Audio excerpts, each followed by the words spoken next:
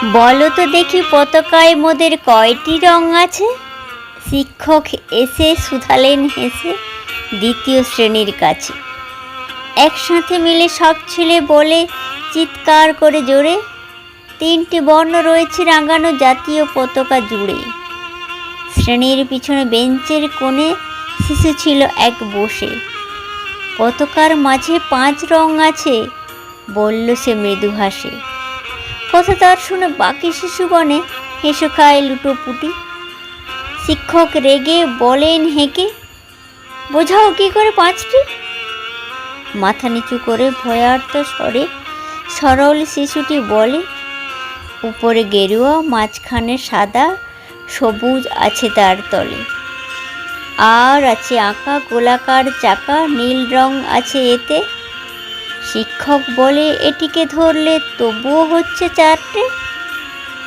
অবোধ শিশুটি বলল তখন, রং আছে আর এক, লাল লাল ছোপ দাগ দেখা যায় ওই পতাকার মাঝে।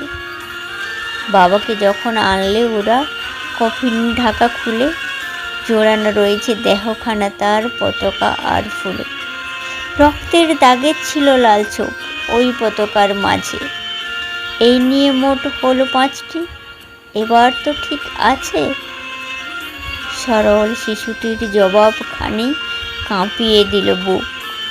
অশ্রু এলো নয়ন ভরে, শুকনো হলো মুখ।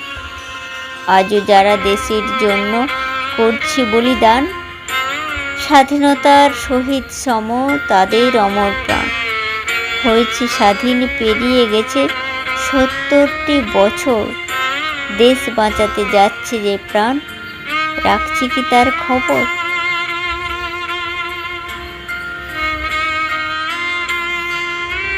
পতাকার 5 রং, কবি সুকান্ত আচার্য।